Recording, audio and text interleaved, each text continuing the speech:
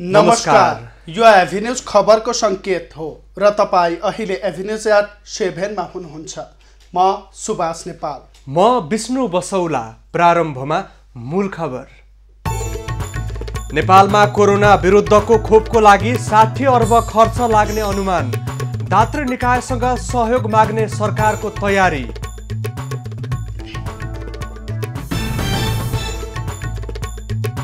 नेपालमा थप 1674 जनामा कोरोना संक्रमण, 7 जनाको मृत्यु, 2323 जना निको भए।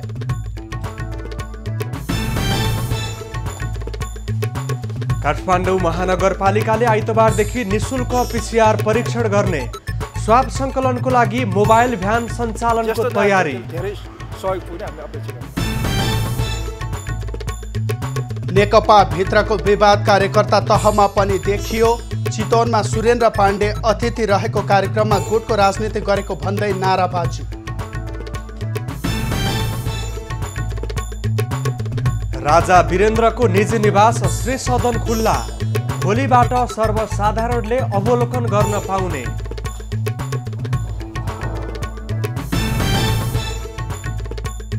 अफगानिस्तानको राजधानी काबुलमा आतंककारी आक्रमण, रकेट प्रहार गर्दा कम्तीमा 8 जनाको मृत्यु, 31 जना घाइते।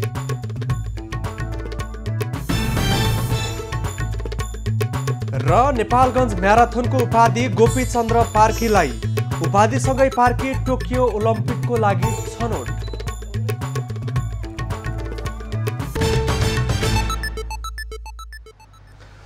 सुभाष, अहिले विश्वभरि सबैभन्दा धेरै प्रतीक्षा चाहिँ कोरोना विरुद्धको खोपको छ र डिसेम्बरको मध्यसम्ममा खोपले सर्वसाधारणमा प्रयोगको लागि अनुमति पाउने लगायतका खबर सार्वजनिक भइरहेका छन्। नेपालभित्र पनि सरकारले के तयारी भने अगाडि बढाइरहेको छ। पक्कै पनि यहाँले भने जस्तै नेपालमा कोरोना विरुद्धको खोपका लागि चाहिँ 60 अर्ब लाग्ने अनुमान गरिएको छ। त्यो खर्च भने त्यस्तै दात्री निकायसँग सहयोग माग्ने सरकारले तयारी पनि गरेको छ। अब खबरको सिलसिला प्रारम्भ गरौँ कोरोना विरुद्धको खोप खर्च सम्बन्धी प्रसङ्गबाट। नेपालमा 15 वर्षभन्दा माथिका सबै नागरिकलाई कोरोना भाइरस विरुद्धको खोप उपलब्ध गराउन 60 अर्ब रुपैयाँ लाग्ने अनुमान गरिएको छ। स्वास्थ्य तथा जनसङ्ख्या मन्त्रालयले गठन गरेको विज्ञ समितिले खोपका लागि अर्बौं रुपैयाँ आवश्यक पर्ने अनुमान गरेको हो। सरकारले कोरोना भाइरस संक्रमण विरुद्धको खोपका लागि 20% रकम आफूले बेहोर्ने र बाँकी रकम दात्री निकायलाई आग्रह गर्ने तयारी गरेको छ। विकास साझेदार र दात्री निकायले सहयोग उपलब्ध गराए यो खर्च कम हुन सक्ने अनुमान स्वास्थ्य मन्त्रालयले गरेको छ। खोपका लागि केही सहयोग खोप सम्बन्धी विश्वव्यापी सञ्जाल गाभिले दिने आश्वासन दिएको छ। गाभिले कम र मध्य कम आय भएका नेपाल सहित 92 देशलाई खोप उपलब्ध गराउन सहयोग गर्ने यसअघि नै घोषणा गरिसकेको छ। खोप नेपाल भित्र्याउनका लागि केही दिन अघि सरकारले अर्थ, परराष्ट्र तथा स्वास्थ्य मन्त्रालयका सचिव सम्मिलित समिति गठन गरिसकेको छ। खोप खरिदको विषयमा नेपाल सरकारले निजी क्षेत्रलाई पनि अनुरोध गरेको बताइएको छ। मन्त्री परिषदले निजी क्षेत्रलाई पनि खोप भित्र्याउन बाटो खोल्ने निर्णय गरेको छ। सरकारले खोप भण्डारणका लागि आवश्यक पूर्वाधार बनाउन लाग्ने खर्च र सुरुमा खोप प्राप्त गर्ने जनसङ्ख्या जस्ता विषयमा गृह कार्य गरिरहेको छ। हालसम्म कुनै पनि खोपले विश्व स्वास्थ्य सङ्गठनबाट सर्वसाधारणमा प्रयोगका लागि अनुमति पाइसकेको छैन। 1 दर्जनभन्दा बढी खोप तेस्रो चरणको परीक्षणमा रहेका छन्। नेपालमा कोरोना भाइरस संक्रमणबाट मृत्यु हुनेको सङ्ख्या 1300 नाघेको छ। पछिल्लो 24 घण्टामा कोरोना संक्रमणबाट 7 जनाको मृत्यु भएसँगै मृत्यु हुनेको सङ्ख्या नेपालमा 1305 पुगेको हो। सङ्क्रमितको मृत्युदर 0.6% रहेको स्वास्थ्य मन्त्रालयले जनाएको छ। त्यस्तै एकै दिन 2323 जना कोरोना संक्रमण मुक्त भएका छन्। यो सँगै कोरोना मुक्त हुनेको सङ्ख्या 1,93,325 पुगेको छ। कोरोना संक्रमण मुक्त हुनेहरू 88.4% रहेका छन्। पछिल्लो 24 घण्टामा नेपालमा थप 1674 जनामा कोरोना पुष्टि भएको छ। 8144 वटा नमुना पीसीआर विधिबाट परीक्षण गर्दा 1013 पुरुष र 661 जना महिलामा संक्रमण पुष्टि भएको हो। यो सँगै नेपालमा कोरोना भाइरस संक्रमित हुनेको संख्या 2,18,639 पुगेको छ। काठमाडौँ उपत्यकामा थप 879 जनामा कोरोना संक्रमण पुष्टि भएको छ। काठमाडौँमा 685, ललितपुरमा 165 र भक्तपुरमा 49 जनामा कोरोना संक्रमण पुष्टि भएको स्वास्थ्य मन्त्रालयले जनाएको छ। अहिले उपत्यकाका 3 जिल्लामा सक्रिय संक्रमितको संख्या 12,984 रहेको छ। आज सबैभन्दा धेरै बागमती प्रदेशमा 1,083 जना कोरोना भाइरस संक्रमित थपिएका छन्। त्यसैगरी प्रदेश 1 मा 78, प्रदेश 2 मा 32, गण्डकी प्रदेशमा 184, लुम्बिनी प्रदेशमा 217, कर्णालीमा 10 र सुदूरपश्चिम प्रदेशमा 60 जना कोरोना भाइरस संक्रमित थपिएका हुन्। अहिले देशभर सक्रिय संक्रमितको संख्या 24,009 रहेको छ। तीमध्ये 17,206 जना होम आइसोलेसनमा रहेको बताइएको छ। 6,803 जना संस्थागत आइसोलेसनमा रहेका छन्। संक्रमित मध्ये 336 जना आइसियु र 47 जना भेन्टिलेटरमा रहेका छन्। कोरोना संक्रमण पहिचानका लागि हालसम्म 16,52,043 वटा PCR विधिबाट परीक्षण गरिएको छ। अहिले देशभरका क्वारेन्टिनमा बस्नेहरूको संख्या 757 रहेको छ। काठमाडौँ महानगरपालिकाले आइतबारदेखि निःशुल्क PCR परीक्षणका लागि स्वाब सङ्कलन गर्ने कार्य सुरु गर्ने भएको छ। महानगर प्रमुख विद्यासुन्दर साक्यले शनिबार पत्रकारसँग कुरा गर्दै सरकारले तोकेको मापदण्डभित्र पर्ने व्यक्तिको निःशुल्क PCR परीक्षण गर्नका लागि स्वाब सङ्कलन गर्ने कार्य फेरि सुचारू गर्न लागि जानकारी दिएका हुन्। कन्ट्र्याक्ट ट्रेसिङमा परेका अशक्त र ज्येष्ठ नागरिकको PCR परीक्षणका लागि स्वाब सङ्कलन गर्न मोबाइल भ्यान सञ्चालन गर्ने तयारी समेत महानगरले गरेको छ। PCR टेस्टलाई चाहिँ नि सहजीकरण गर्नको लागि हामीले मोबाइल भ्यान बनाइरहेका छौँ। केही दिनपछि चाहिँ नि अब अशक्तहरूलाई, ज्येष्ठ नागरिकहरूलाई जहाँ हामी PCR टेस्ट गराउँछौँ त्यो ठाउँसम्म आउन नपर्ने गरिकन उहाँहरूको घर दैलोसम्म जाने गरिकन हामीले मोबाइल भ्यान तयार गरिरहेको छौँ। केही दिनपछि तयार हुन्छ र ज्येष्ठ नागरिकलाई त्यसले धेरै सहयोग पुग्ने हामीले अपेक्षा गरेका छौँ। प्रमुख साक्यले काठमाडौँ महानगरपालिकाले परीक्षणको दायरा फराकिलो बनाउने तयारीका साथ अघि बढेको भन्दै कन्ट्र्याक्ट ट्रेसिङमा परेका र लक्षण देखिएकालाई मात्र PCR परीक्षण गर्न आग्रह पनि गरेका छन्।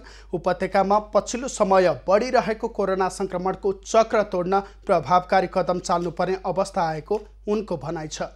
बजारमा देखिएको भिडभाड नियन्त्रण गर्न उपत्यका नगरपालिका फोरमले सरकारलाई सुझाव दिइसकेको र सरकारको निर्णय अनुसार हुने महानगर प्रमुखको भनाइ छ। उपत्यकामा हालसम्म 1 लाख भन्दा बढीमा कोरोना पुष्टि भइसकेको छ।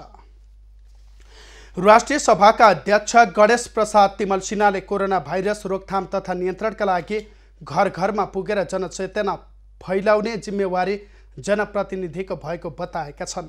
शनिबार काठमाडौँमा आयोजित अन्तर्क्रियामा उनले चुनावमा भोट माग्न गए जस्तै महामारीको समयमा पनि जनप्रतिनिधि घर घर पुग्नुपर्ने बताएका हुन्। कोभिड रोकथाम तथा नियन्त्रणका लागि स्वास्थ्यकर्मीसँगै जनप्रतिनिधिले घर दैलोमै पुगेर सचेतना जगाउनु पर्ने अध्यक्ष तिमल सिन्हाको भनाइ छ। स्वास्थ्य बचाउने, हामीलाई मत दिएर माननीय मन्त्री बनाउनेहरूको स्वास्थ्य बचाउने हाम्रो दायित्व पनि हो। र उपचार पैसाले मात्रै, अहिले कहिलेकाहीँ कुरा आउँछ पैसा भयो भने, पैसाले हुने भए अमेरिकामा त्यत्रो नागरिक मर्ने थिए।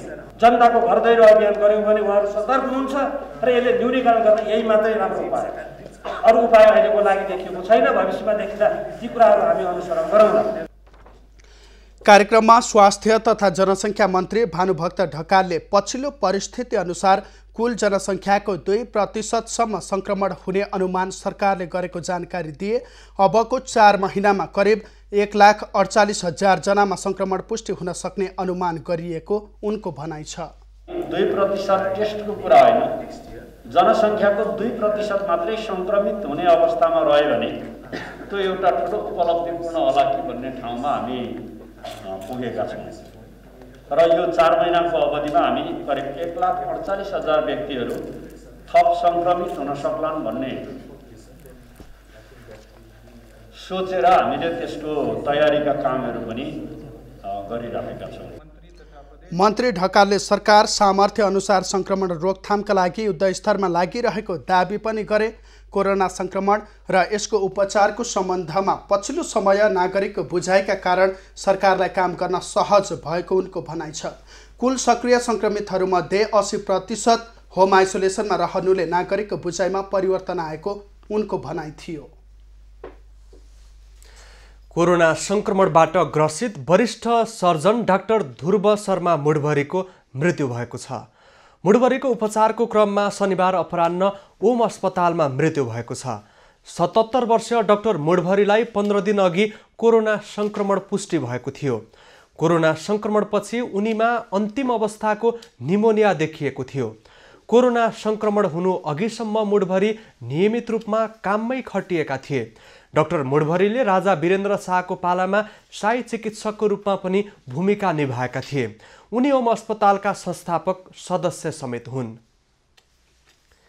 नारायणहिटी दरबार सङ्ग्रहालयभित्र रहेको तत्कालीन राजा वीरेन्द्र शाहको निजी निवास श्री सदन सर्वसाधारणको लागि खुल्ला भएको छ। संस्कृति पर्यटन तथा नागरिक उड्डयन मन्त्री योगेश भट्टराईले शनिबार औपचारिक रूपमा सुरुवात गरेसँगै आइतबारबाट श्री सदन सर्वसाधारणको लागि खुल्ला हुने भएको हो।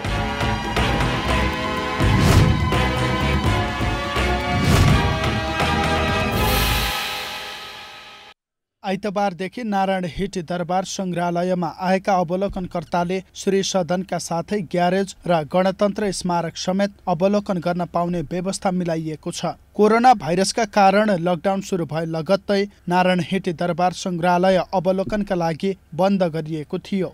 आइतबारबाटै सङ्ग्रहालय पुनः खुला गरिँदैछ। श्रीनिवास खुला भएको घोषणा गर्दै संस्कृति पर्यटन तथा नागरिक उड्डयन मन्त्री योगेश भट्टराईले राजा वीरेन्द्रको जीवनशैली पारिवारिक अवस्था आदिका विषयमा बुझ्न सहयोग पुग्ने विश्वास व्यक्त गरे। नेपाली इतिहासमा 240 वर्षीय शाह वंशीय इतिहासको साक्षात् नमुनाको रूपमा श्री सदनलाई संरक्षण गर्ने उनको भनाइ छ। तत्कालीन राजा वीरेन्द्रको जीवनशैलीलाई बुझ्न, उहाँको परिवारको स्थितिलाई बुझ्न मद्दत पुग्नेछ। साथै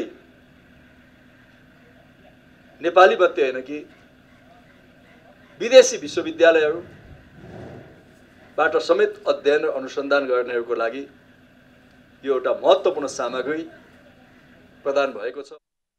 नारायणहिटी दरबार सङ्ग्रहालय विकासले यो वर्षको सुरुमै श्री सदन खुला गर्ने योजना रहे पनि कोभिडका कारण सम्भव नभएको जनाइएको छ।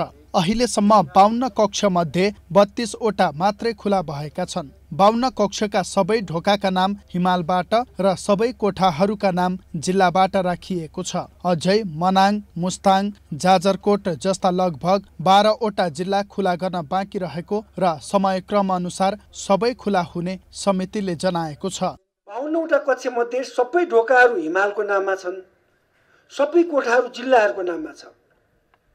त्यस्तै त्यहाँ चाहिँ अहिले हामीले रसुवा, मनाङ, मुस्ताङ, जाजरकोट, प्युठान जस्ता 10-12 वटा जिल्लाहरू अझै हामीले खोल्न बाँकी नै छ। श्री सदन खुला गरिएसँगै मोटर ग्यारेजमा हिटलरले राजा त्रिभुवनलाई उपहार स्वरूप दिएको गाडी पनि प्रदर्शनमा राखिएको छ। यस्तै तात्कालीन राजा त्रिभुवन, महेन्द्र र वीरेन्द्रले चढ्ने गाडी र वीरेन्द्रले प्रयोग गरेको हेलिकप्टर र हवाईजहाज पनि अवलोकनका लागि राखिएको छ। 2023 सालमा बनेको यो सदन 3 तलाको रहेको छ। 12 कोठा भएको यो भवनको भुइँतलामा वीरेन्द्रको निजी कार्यालय थियो। उमेर पुगेपछि दिपेन्द्र श्री सदनबाट त्रिभुवन सदनमा सरेका थिए। अन्य परिवारका सदस्य श्री सदनमै बस्दै आएका थिए। गणतन्त्र स्थापना भएर दरबार सङ्ग्रहालयमा परिणत भए पनि उक्त सदन बन्द रहेको थियो।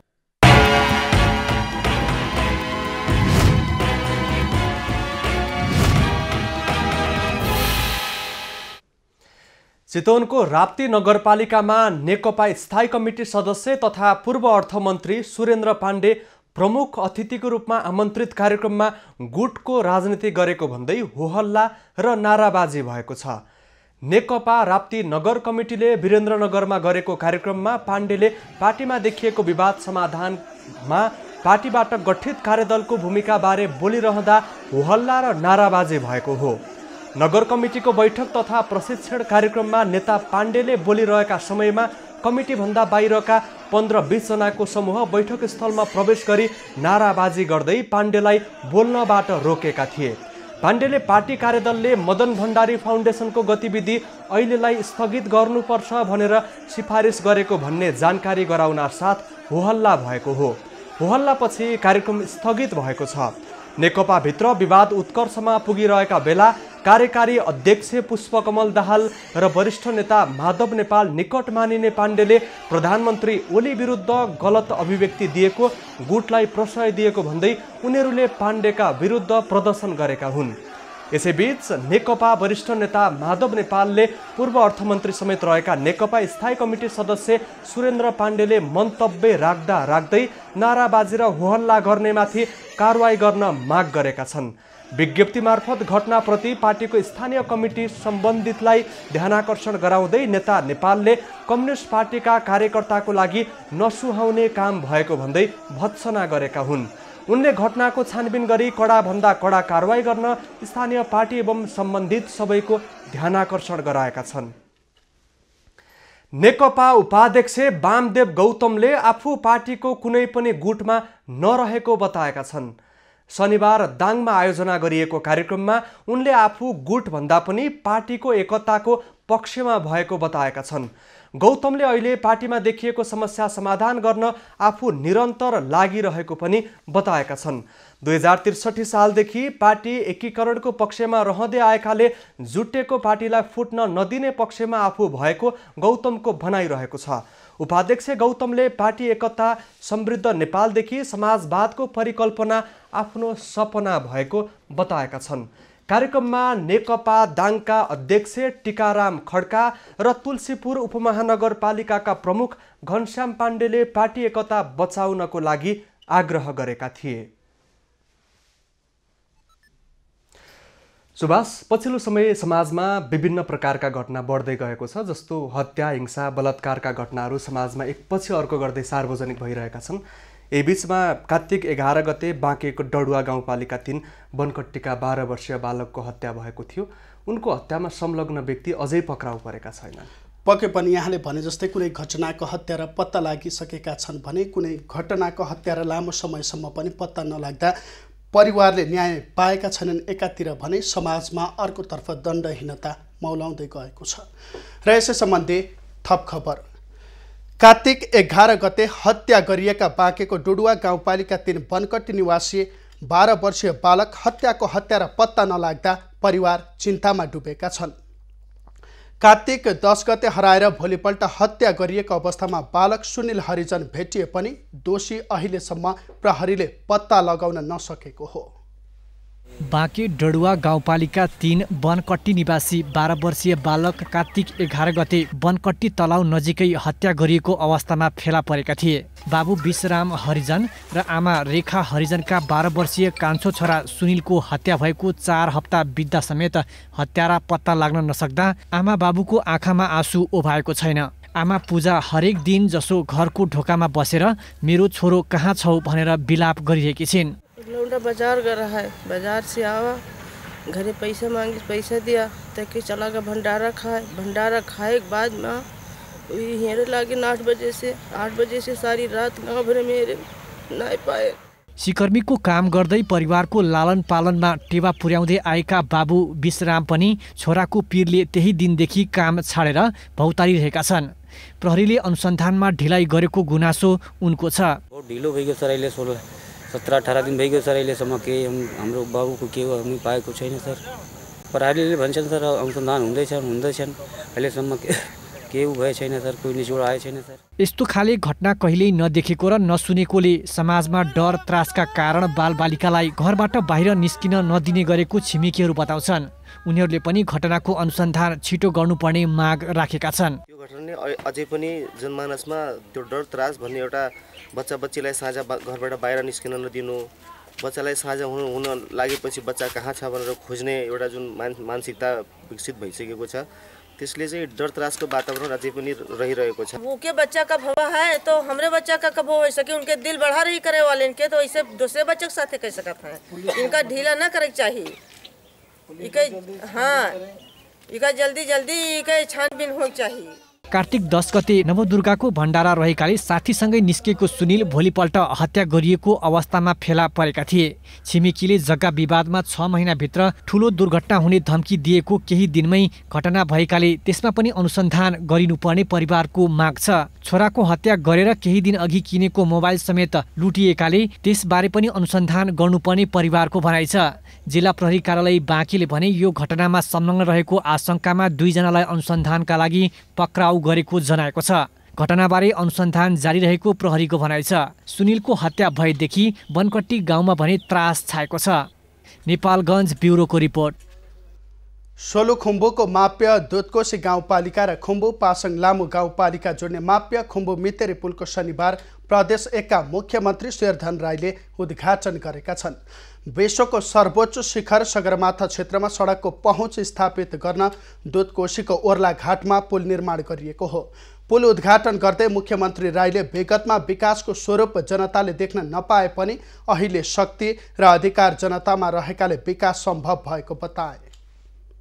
सम्पूर्ण शक्ति र अधिकार जनताको हातमा निहित राखेर त्यही अधिकारको प्रयोग मार्फत देशलाई सङ्घीय प्रणालीमा रूपान्तरण गरेर टिमका तहमा सरकार निर्माण गरेर काम सुरु गरेको 3 वर्षमा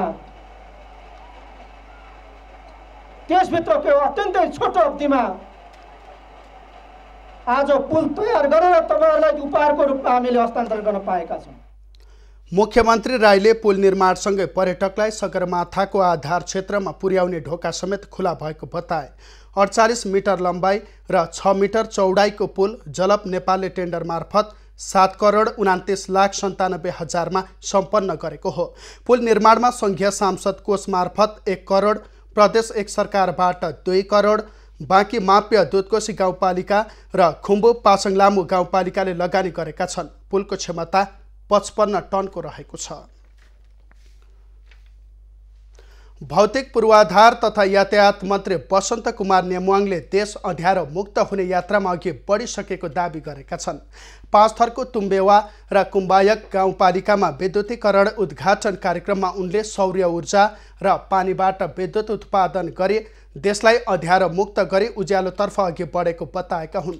मन्त्री नेमुवाङले पाँचथर सहित 40 जिल्ला चालु आर्थिक वर्षभित्र पूर्ण रूपमा अँध्यारो मुक्त पार्ने गरी काम भइरहेको पनि बताए। हामीलाई यो बाटोबाट भएर जुटीमा भएर डेटासँग जोड्नलाई, हामीलाई यही बाटोबाट उत्तरी यासुक भएर राखेर विभेदताको दामकसँग जोड्नलाई, अब सदरमुकामदेखि लिएर राजधानीदेखि लिएर प्रदेश राजधानी जोड्नलाई कुम्बायक बाटोको पूर्वाधारमा समेत पनि अब धेरै अगाडि बढिसकेको अवस्था छ। मन्त्री नेमुवाङले तुम्बेवा गाउँपालिका 1 ढुकुरेमा विद्युत सबस्टेसन शिलान्यास गरेका हुन्। वाइबा इन्फ्राटेकले 16 करोड 17,57,580 लागतमा सबस्टेसन निर्माण गर्न लागेको हो। मन्त्री नेमुवाङले कुमायक 2 माङ्जाबङमा विद्युतीकरणको पनि उद्घाटन समेत गरेका छन्। ओडाका 725 घरधुरीलाई लक्षित गरी विद्युत विस्तार गरिएको हो। 2073 सालमा सामुदायिक ग्रामीण विद्युतीकरण विभागले 7 करोड 50 लाखमा वाइबा कन्स्ट्रक्सनलाई विद्युतीकरणको ठेक्का दिएको थियो। काठमाडौँको शङ्खधर उद्यानमा राष्ट्रिय विभूति शङ्खधर साखुवा र मानवाधिकारवादी भाषा तथा जातीय समानताको आन्दोलनमा महत्त्वपूर्ण योगदान गरेका पद्मरत्न तुलाधरको शालिग निर्माण भएको छ। काठमाडौँ महानगरपालिकाले रानी पोखरी नजिकै रहेको शङ्खधर उद्यानमा निर्माण भएको शालिगको शनिबार शहरी विकास मन्त्री कृष्ण गोपाल श्रेष्ठले अनावरण गरेका हुन्। सो क्रममा मन्त्री श्रेष्ठले काठमाडौँ सहरलाई व्यवस्थित पार्ने आश्वासन दिएका छन्। सरकारले धेरै नै राम्रा काम गरेको भन्दै उनले राम्रा कामको प्रशंसा गर्नुपर्ने उल्लेख पनि गरे। अहिले गफभन्दा काममा विश्वास गर्दै अगाडि बढिरहेको छ। विरोध गर्ने साथीहरूको लागि त विरोध गर्न सजिलो हुन्छ, काम गर्न गाह्रो हुन्छ। त्यसकारण विरोधलाई पनि रचनात्मक रूपमा हामीले लिन्छौँ, तर त्यसलाई चाहिँ हामी विरोधलाई नसुन्ने भन्ने कुरा पनि छैन। तर राम्रा कामको लागि प्रशंसा र सम्मान गरेर हिँड्न पनि जानुपर्छ। काठमाडौँ महानगर प्रमुख विद्यासुन्दर साक्यले कोरोनाका बेला पनि महानगरले जनता केन्द्रित कार्य गरेको बताएका छन्। काठमाडौँ महानगरको स्वरूप बिस्तारै परिवर्तन हुँदै गएको उनको दाबी छ। पनि आफू कोभिडबाट ग्रसित होला भनेर चिन्ता नलिकन जनताको घर घरमा गएर उहाँहरूलाई बचाउनको लागि क्रियाशील हाम्रो अध्यक्ष सदस्यहरू छन्। उहाँहरूको योगदानलाई हामी बिर्सन सक्दैनौँ। उहाँहरूलाई म मुक्त कण्ठले प्रशंसा गर्न चाहन्छु।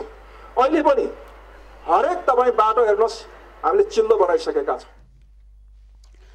काठमाडौँ महानगरपालिकाले रानीपोखरी नजिकै रहेको शङ्खधर उद्यानमा 20 लाखको लगानीमा शालिग निर्माण गरेको हो। शालिगको निर्माण भने कलाकार महेश तुलाधरले गरेका हुन्। नेपालको आन्तरिक मामिलामा चीनले हस्तक्षेप गरेको र चीनले नेपालको भूमि मिचेको भन्दै माइती घरमा विरोध प्रदर्शन भएको छ। स्वतन्त्र युवाको समूहले शनिबार काठमाडौँको माइती घरमा चीनको हस्तक्षेप बन्द गर्नुपर्ने लगायतका माग गर्दै प्रदर्शन गरेका हुन्।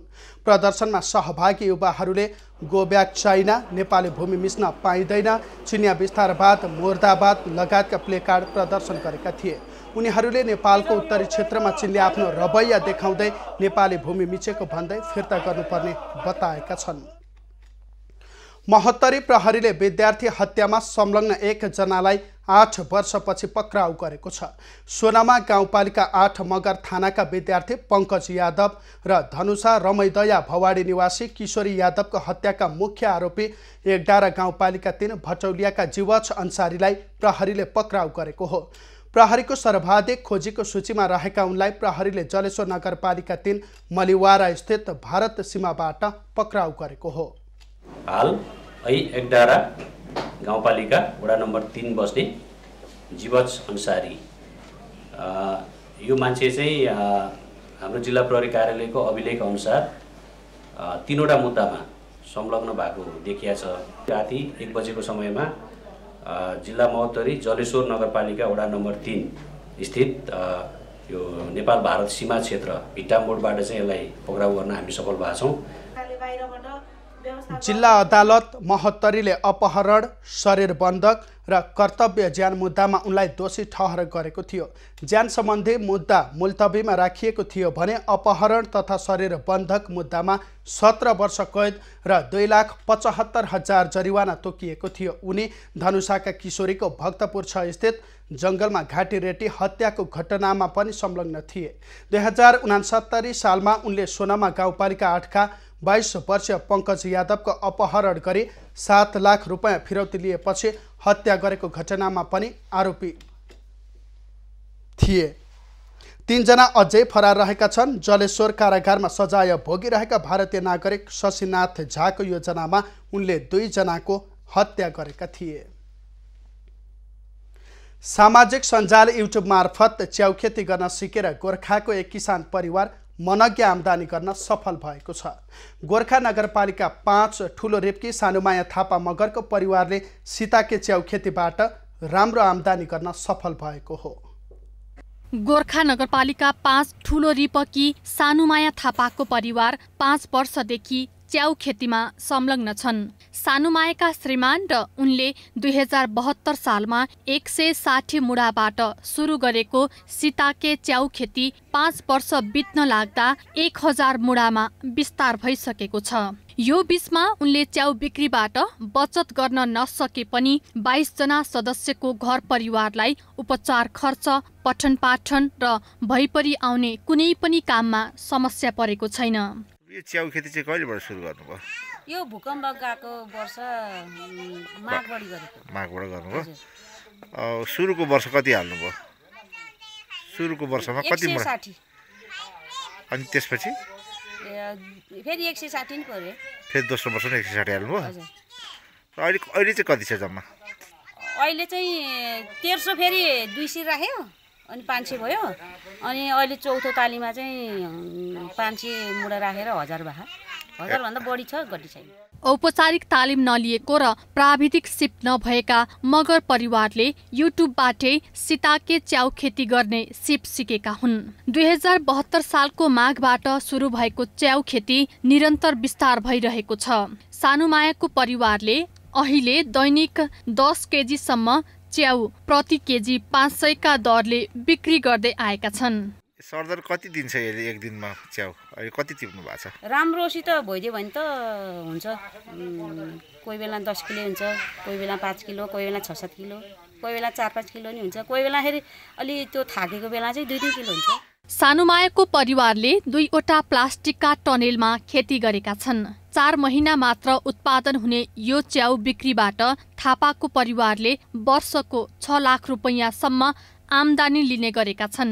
रहरमा थालेको खेतीले राम्रो आम्दानी दिन थालेपछि अहिले सानुमायाको परिवारले यसलाई विस्तार गर्ने योजना समेत बनाएको छ। केही समय यता मगर परिवारको यो खेतीको गाउँलेहरूले सिको गर्न थालेका छन्। अन्य च्याउको तुलनामा सीताके च्याउ स्वादिलो र सस्तोमा पाउँदा बजारमा माग बढिरहेको छ। सीताके च्याउलाई महिनासम्म स्याहार सुसार गरेर 4 महिना मात्रै च्याउको उत्पादन लिन सकिन्छ। कैलाश बाबु श्रेष्ठ, गोर्खा। कोरोना संक्रमणको रोकथामको लागि चैतपछि जारी गरिएका निषेधाज्ञाले धेरै उद्योग कल कारखाना प्रभावित भए। यो अवधिमा धेरै मानिसहरू बेरोजगार बने। धेरैलाई प्रतिकूल बनेको लकडाउनको समयलाई सदुपयोग गर्नेहरू भने अहिले स्वरोजगार बन्दै आम्दानी गरिरहेका छन्। मकवानपुरको हेटौडा 6 शान्ति टोलका भरत सापकोटा लकडाउनको समयलाई सदुपयोग गरेर स्वरोजगार बन्न उदाहरणीय व्यक्ति बनेका छन्। लकडाउनका कारण आफूले लाखौं लगानी गरेर सञ्चालन गरेको निजी विद्यालय बन्द भएपछि उनलाई बैंकको ब्याज तिर्न समेत समस्या भएको छ। त्यसैले आफ्नो पुर्ख्यौली जमिनमा उनले व्यावसायिक ढंगबाट एकीकृत कृषि फार्म सुरु गरे। लकडाउनकै बीचमा कुखुरा, माछा र तरकारी खेती सुरु गरेका सापकोटाले अहिले राम्रो आम्दानी लिन थालिसकेका छन्। मैले यसलाई चाहिँ व्यावसायिक रूपमा चाहिँ अब खेती गर्नुपर्छ, अलि प्राविधिक रूपमा अलिकति माथि बढेर अलिकति नयाँ प्रविधिहरूको प्रयोग गरेर नयाँ किसिमले चाहिँ एउटा चाहिँ कृषि क्षेत्रमा लाग्न सकियो भने पनि हामी बाँच्न चाहिँ सक्छौँ है भनेर चाहिँ गर्न सकिन्छ भन्ने उद्देश्यले मैले यहाँ सुरु गरेँ। हार्डवेयर र कस्मेटिक पसल सञ्चालन गरिरहेका हेटौडा 6 चुच्चे खोलाका प्रमेश पराजुली र कल्पना पराजुलीको परिवारले पनि लकडाउनकै बीचमा व्यावसायिक तरकारी खेती सुरु गरेको छ। उनीहरूको परिवारले पहिलो उत्पादनमै 3 लाख रुपैयाँ बढीको तरकारी खेती गरिसकेका छन्। उनीहरू आफू त स्वरोजगार भए नै अरूलाई पनि काम दिने अवस्थामा पुगेका छन्। व्यापार कम भएपछि अर्को पनि पेसा के आउला पर्यो, अलि 2-4 पैसा त केही त कमाउनु पर्छ अथवा आम्दानीको स्रोत पनि बढाउनु पर्छ, रोजगारी पनि हुन्छ भनेर घर अरू मान्छेलाई पनि सबैलाई पनि रोजगारी दिन सकिन्छ भन्ने उद्देश्यले यो कृषि पेसा अगालेको कम भएको छ। तर अर्को सालदेखि अब बेच्न त हामीले झन्डै 1.5-2 लाख जति बेचिसक्यौँ। अझै पनि अब 1.5-2 लाखको टमाटर छ। लकडाउन र निषेधाज्ञाका कारण बेरोजगार भएकाहरूलाई लक्षित गरेर हेटौडा उपमहानगरपालिका वडा नम्बर 6 ले स्वरोजगार कार्यक्रम सुरु गरेको छ। बेरोजगारहरूलाई व्यावसायिक कृषि, पशुपालन, माछापालन जस्ता क्षेत्रमा अनुदानका लागि वडा कार्यालयले लगानी गरेको छ। यसबाट रोजगार गुमाएका विपन्न परिवार र एकल महिलाले लाभ हासिल गरेका छन्। ज्ञान, सिप र क्षमता पनि भएका युवाहरूलाई माछापालन व्यवसायलाई पनि चाहिँ आकर्षण गराइएको छ। त्यस्तै बेरोजगारबाट छटपटिएका एकल महिलाहरूको हकमा हामीले गाईहरू उपलब्ध गराएर त्यसको पालन पोषणबाट प्राप्त भएको दुध बिक्री गरेर स्वरोजगार बन्न उत्प्रेरित हामीले गरिराखेका छौँ। हेटौडा 6 मा मात्रै लकडाउन पछि 40 भन्दा बढी परिवारले व्यावसायिक कृषिलाई आफ्नो आम्दानीको स्रोतको रूपमा अगाडि बढाएका छन्। तर सिपमूलक तालिम र पर्याप्त लगानी नहुँदा उनीहरूले अपेक्षित लाभ हासिल गर्न भने सकिरहेका छैनन्। 3 तहको सरकार तथा अन्य गैर सरकारी सङ्घ संस्थाको सहयोगमा शैक्षिक संस्थामा पुस्तकालय सञ्चालन भए पनि विद्यालयभन्दा बाहिरका सर्वसाधारणको पहुँच कम देखिएको छ। पाल्पाको रामपुरमा भने लेखक, प्राध्यापक, शिक्षक, विद्यार्थीसँगै उद्योगी व्यवसायी तथा स्थानीयको सार्वजनिक पुस्तकालय सञ्चालनमा पहुँच बढ्दै गएको छ। बढ्दो शहरीकरणसँगै तीव्र गतिमा अघि बढेको रामपुरमा कालीगण्डकी फाउन्डेसन नेपालले विद्या मन्दिर सार्वजनिक पुस्तकालय सञ्चालनमा ल्याएको हो। फाउन्डेसनले नगर क्षेत्रका बौद्धिक वर्गको आवश्यकता परिपूर्तिसँगै सर्वसाधारणलाई ज्ञानको माध्यमबाट सचेत बनाउन पुस्तकालय सञ्चालन गरेको हो। पुस्तकालय सञ्चालनसँगै सरकारवालाहरूले पढ्ने बानी हराइरहेको अवस्थामा यसले थप जागरुक गराउने बताएका छन्। कालीगण्डकी फाउन्डेसनले जुन यो लाइब्रेरी स्थापना गरेको छ यो अत्यन्तै सराहनीय कुरा हो।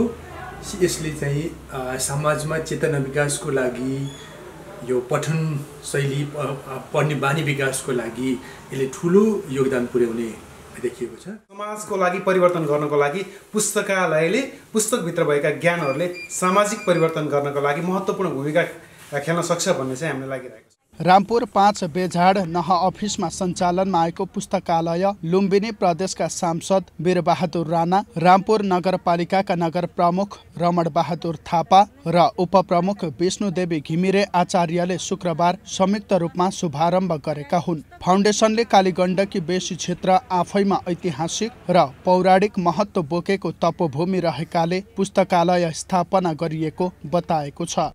संस्कृतका व्याकरण का दादा हाम्रा पाणिनि ऋषि उहाँले पनि यही ठाउँमा चाहिँ ज्ञान प्राप्त गर्नुभयो।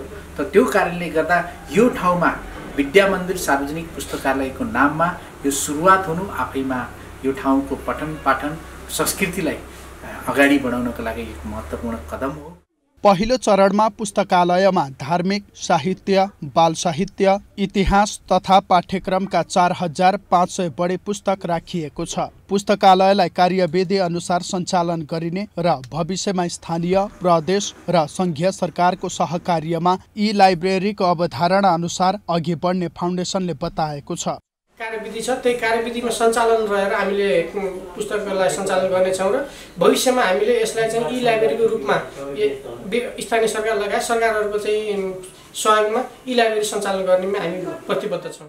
कतिपय स्थानमा पुस्तकालय स्थापना भए पनि प्रयोगविहीन जस्तै बनेको उदाहरण हाम्रो मुलुकमा नौलो होइन। त्यसैले स्थापना हुनुभन्दा पनि यसको प्रयोग र दिगोपन अझै चुनौती रहेको छ। पाल्पाबाट इमान सिंह राणाको रिपोर्ट। दोलखाको बैतेश्वर गाउँपालिकाले जनयुद्ध र जनआन्दोलनका शहादत प्राप्त गर्ने व्यक्तिको सम्झनामा शहीद पार्क निर्माण थालेको छ।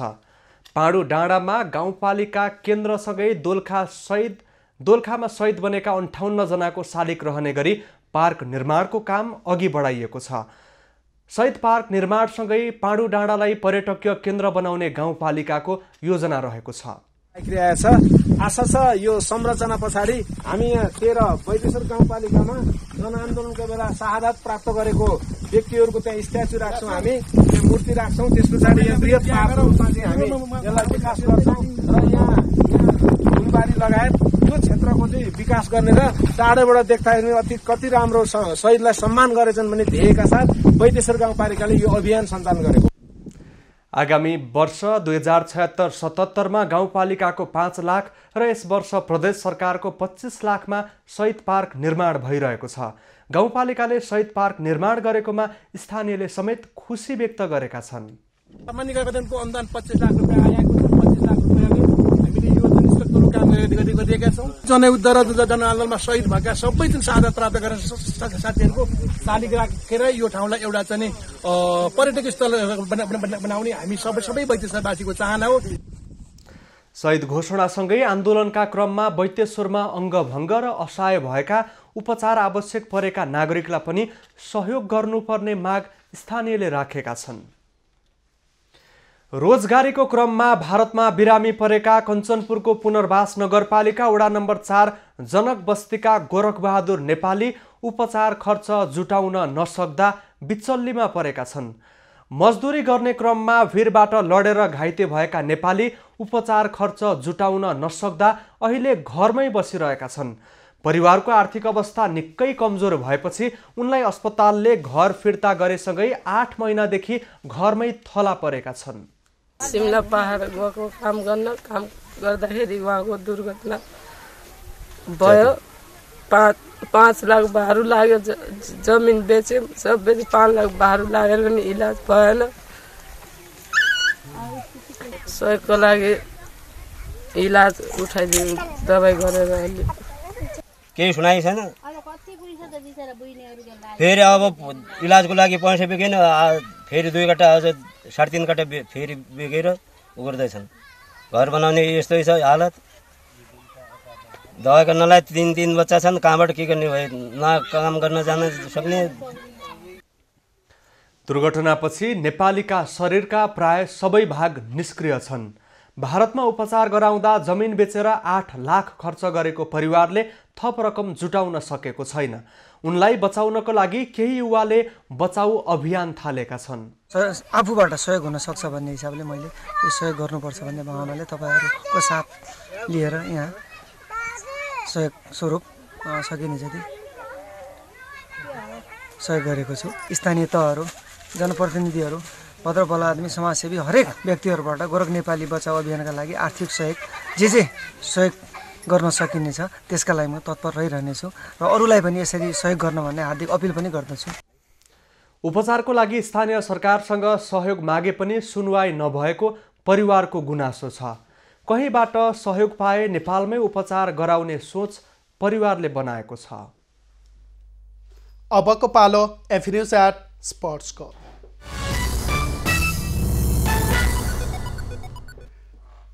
तेह्रौं साग 16 विजेता गोपीचन्द्र पार्की 6औं नेपालगञ्ज म्याराथनको उपाधि जित्न सफल भएका छन्।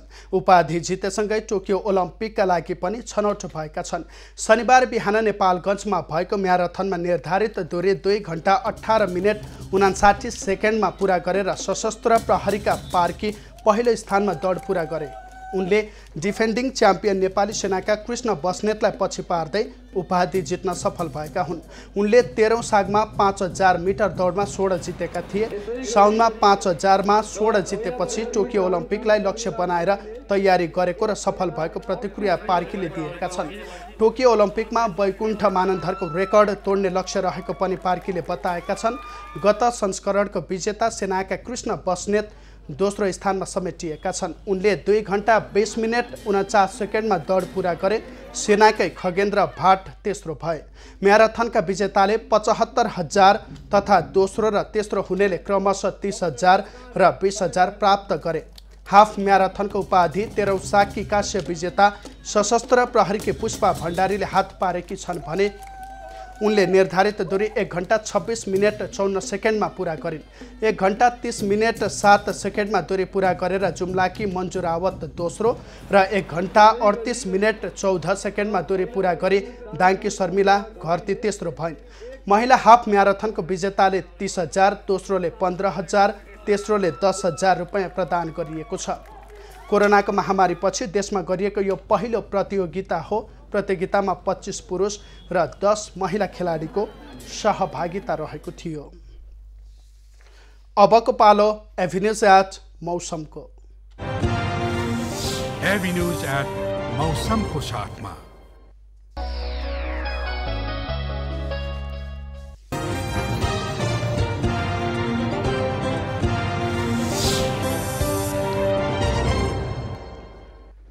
पछिल्लो 24 घण्टामा पहाडी क्षेत्रमा आंशिक बदली भई 1-2 स्थानमा फाटफुट वर्षा भयो भने अन्य स्थानको मौसम सामान्यतया सफा रह्यो। आज राति साथै प्रदेशका पहाडी क्षेत्रमा आंशिक बदली भई प्रदेश 1, गण्डकी प्रदेश, कर्णाली प्रदेश तथा सुदूरपश्चिम प्रदेशका पहाडी क्षेत्रका 1-2 स्थानमा हल्का वर्षाको सम्भावना रहेको जल तथा मौसम पूर्वानुमान महाशाखाले जनाएको छ। काठमाडौँ उपत्यकाको आजको अधिकतम तापक्रम 22 डिग्री सेल्सियस र न्यूनतम तापक्रम 8 डिग्री सेल्सियस मापन गरियो। आज देशभरको मौसम कस्तो रहे त हेरौँ देशका विभिन्न स्थानको मौसमी अवस्था।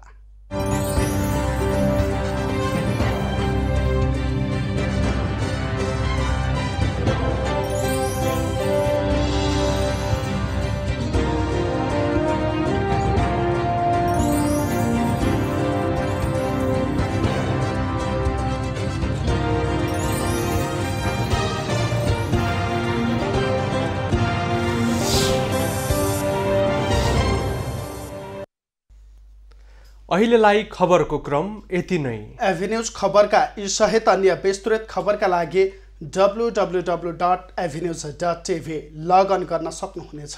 युट्युब, फेसबुक र ट्विटरमा पनि हामीलाई फलो गर्न सकिनेछ। खबर भित्रको खबरका लागि हेर्दै रहनुहोला एभिन्यूज खबर। नमस्कार।